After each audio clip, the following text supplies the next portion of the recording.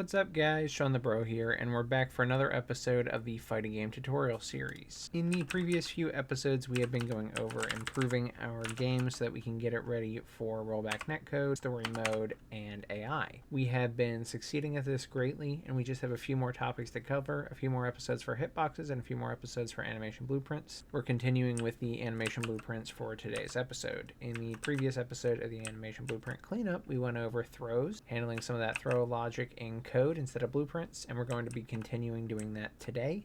We want to handle more of that throwing logic in code instead of blueprints.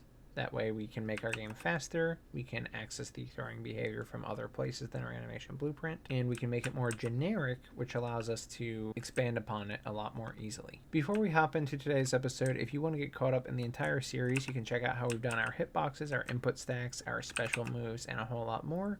I'll link you to the entire fighting game tutorial series right here in the top right corner.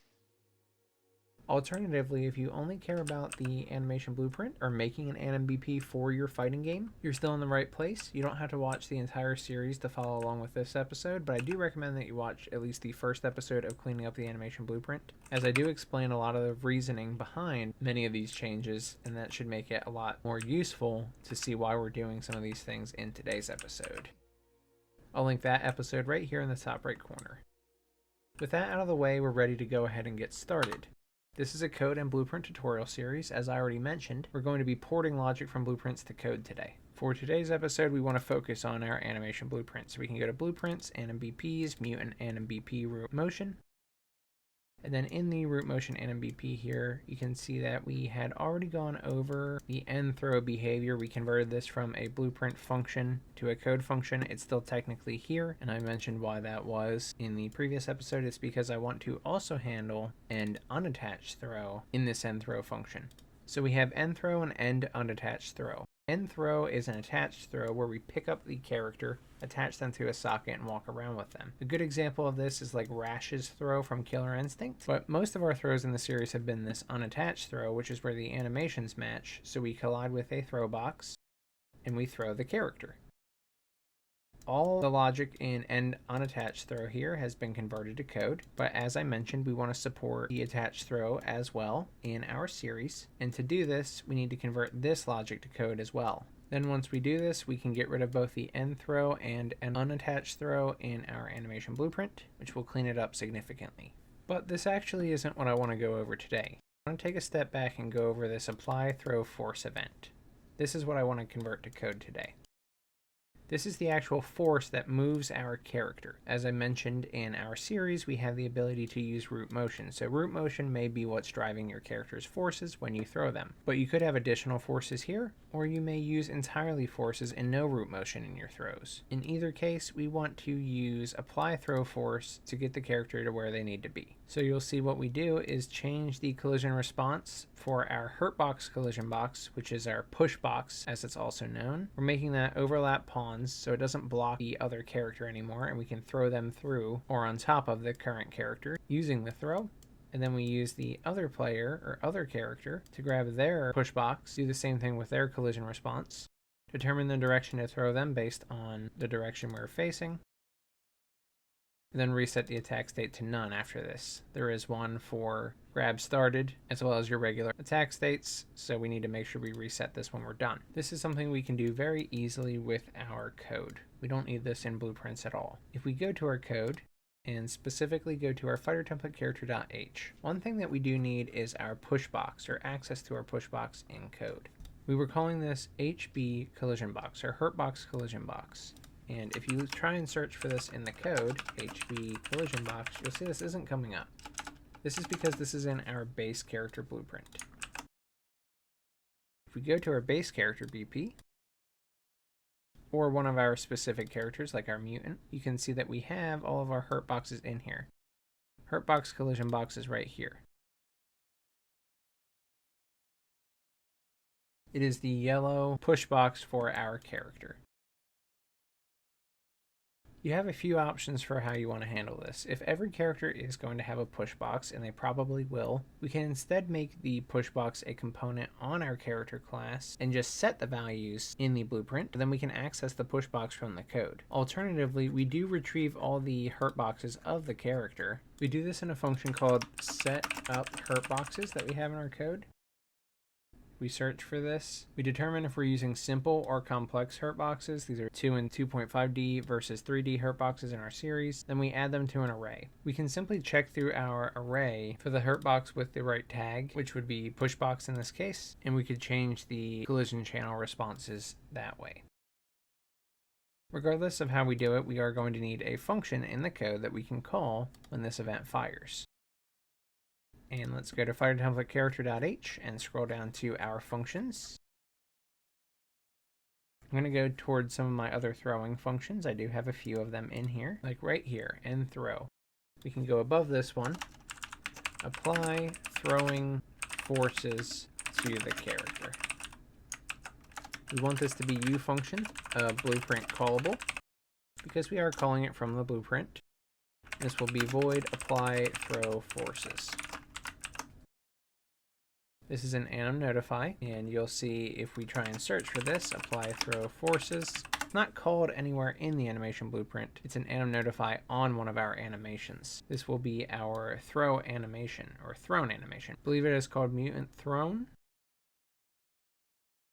Yes, so you can see that at this part of the animation, we decide we want to add forces to move the mutant a farther distance, whether for animation accuracy or balancing or whatever the case may be.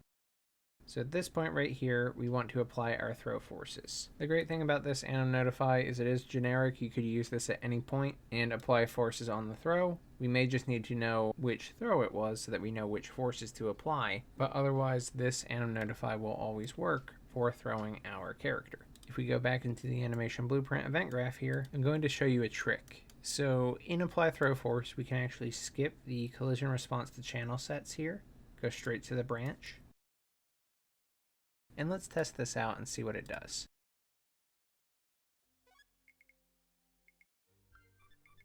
We're in our game. Let's try and throw our opponent. You see they get stuck on the character, and then they end up getting moved to the proper spot afterward because our endThrow function is working.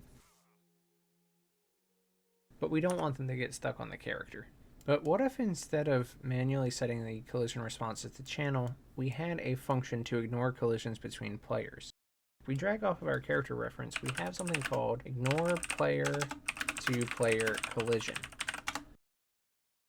And we can enable this to disable collisions between our characters. This is a function in our base character blueprint.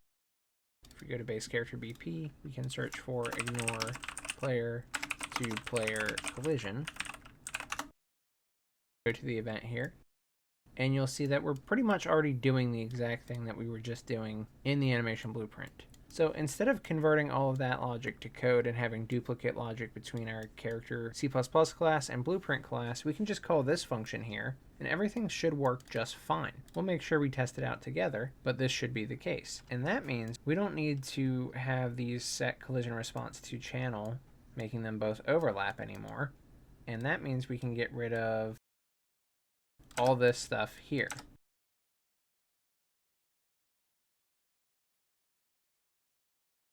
And now our apply throw force is going to look like this.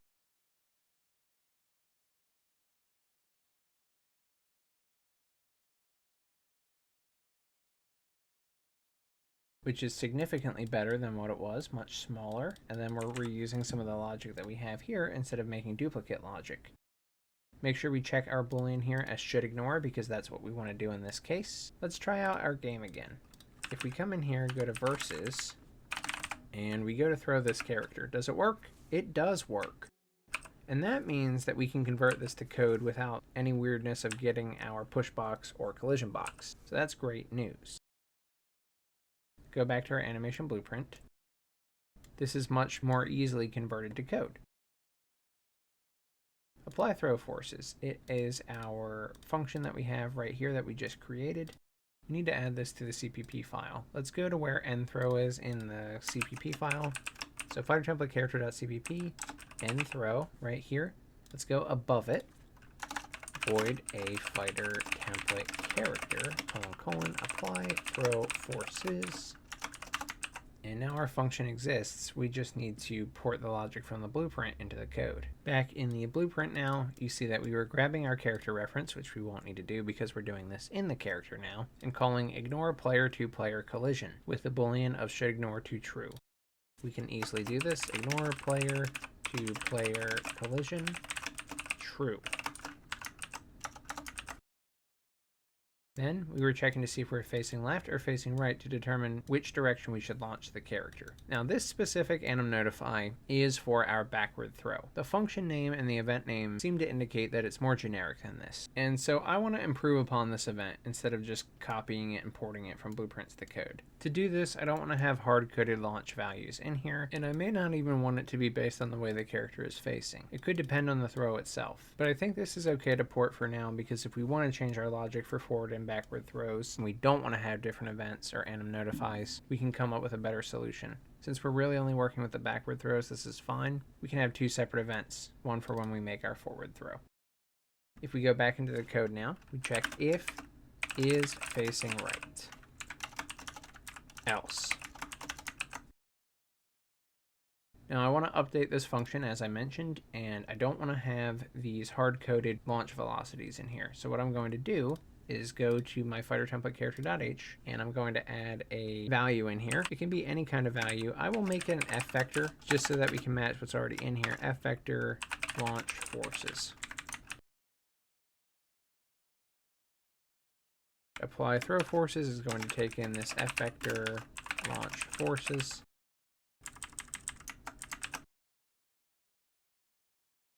And then we'll pass in the forces that we want to this function instead of hard coding them somewhere in the function or in the animation blueprint. Another benefit that we're going to get from converting this to code is we're going to use our custom launch character function. In the series, we've made a custom launch character, which is basically launch character with a few additions in our series. But we will be expanding upon it more in the future, especially for rollback netcode, because our launches can't rely on the normal forces the way launch character does. We have custom launch character.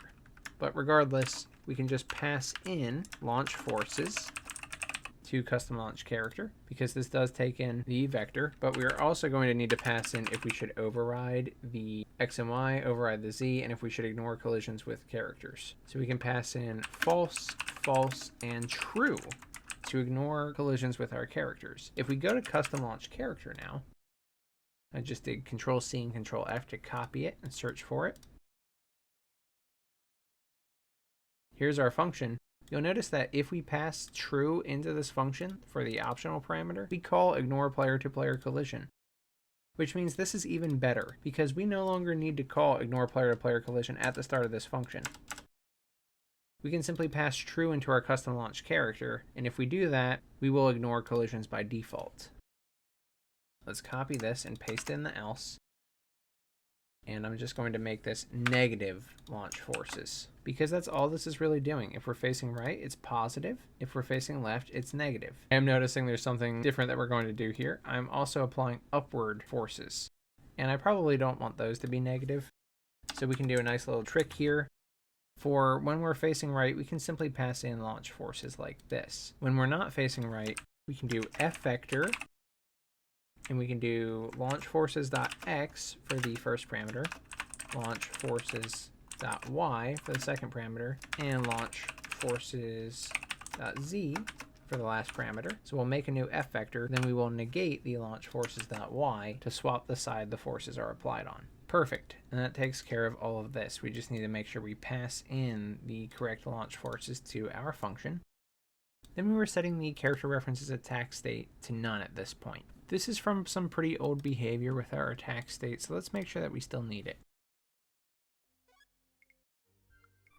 If we go to our world outliner and we search for character or mutant, mutant BP0 is the left character. Mutant BP1 is the right character. So let's go to mutant BP0. If we search attack state, which is the variable we were resetting to none at the end of this function, when we go to use a throw, we see we go to grab started. When we perform the throw, we go back to none after it's done.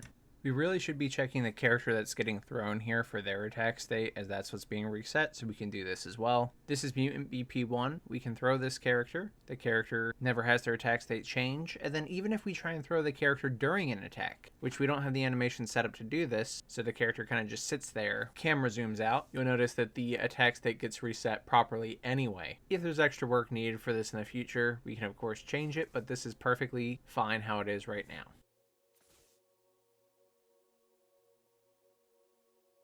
If we disable this node and compile and save and then test again, do we still need this? Go back into versus, walk over to our character, do the same test, search Mutant BP in the world outliner, search for attack state. Let's see if it goes to the correct state when we're done. And you can see it does. We want to do the same tests for the thrown character with that enum value removed. And we should see the same results. The attack state should be reset back to none, regardless of when this throw is performed and when the throw forces are applied to this character.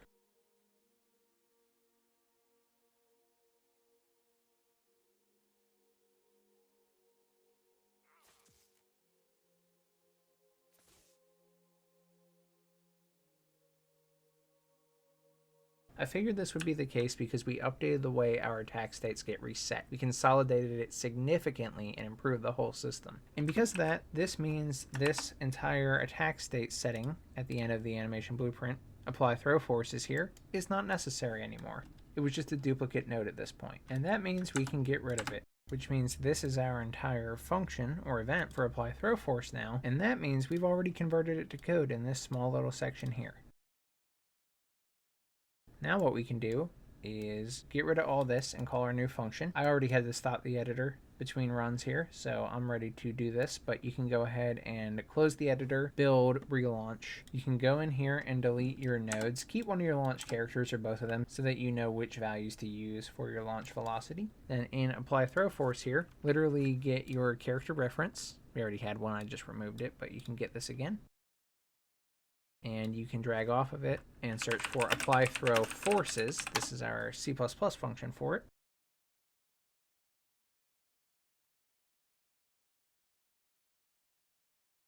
And if you have a data table value for your launch forces on your throws, that could be a good idea. Or maybe you just have a variable for them somewhere that we want to track. For now, we can put them in and hard code them here. It's better than how we were doing it before, but there's still room for improvement. Our values are going to be 600 and 400. So x is 0, y is 600, z is 400. And now our event in the blueprint has turned to just this, but if we compile and save, we should be able to see this. And it should work as expected. So here we go, moment of truth, and we throw our character, everything looks good, and our attack state is reset properly. You can go check it. And we can throw them each direction and the forces work both ways. So perfect, we converted that to code. I don't think it needs any more work in terms of converting this event. We can just have an AnimNotify here and call the function as expected. I'd say this is perfect. Now we still have a little bit more to do. We need to handle that end throw right here. And begin throw is also part of the attachment throw. Convert that as well. But then our throws from our animation blueprint are pretty much ready. We can also convert this grab from blueprints to code to clean it up too. I hope you guys enjoyed this episode on cleaning up your animation blueprint even further in our fighting game series, and if you did, please subscribe and consider joining the Patreon, YouTube membership, or Discord subscriptions to help benefit myself and the channel. I really appreciate it, and I want to give a huge shout out to everyone who already has. Thank you guys so much for all the love and support. If you ran into any problems following this tutorial or any of my tutorials, feel free to join the Discord community. There is a link in the description, and I would be happy to help you out. Thank you so much for watching. I'm Shawnthebro, and I'll see you in the next one. Goodbye, guys.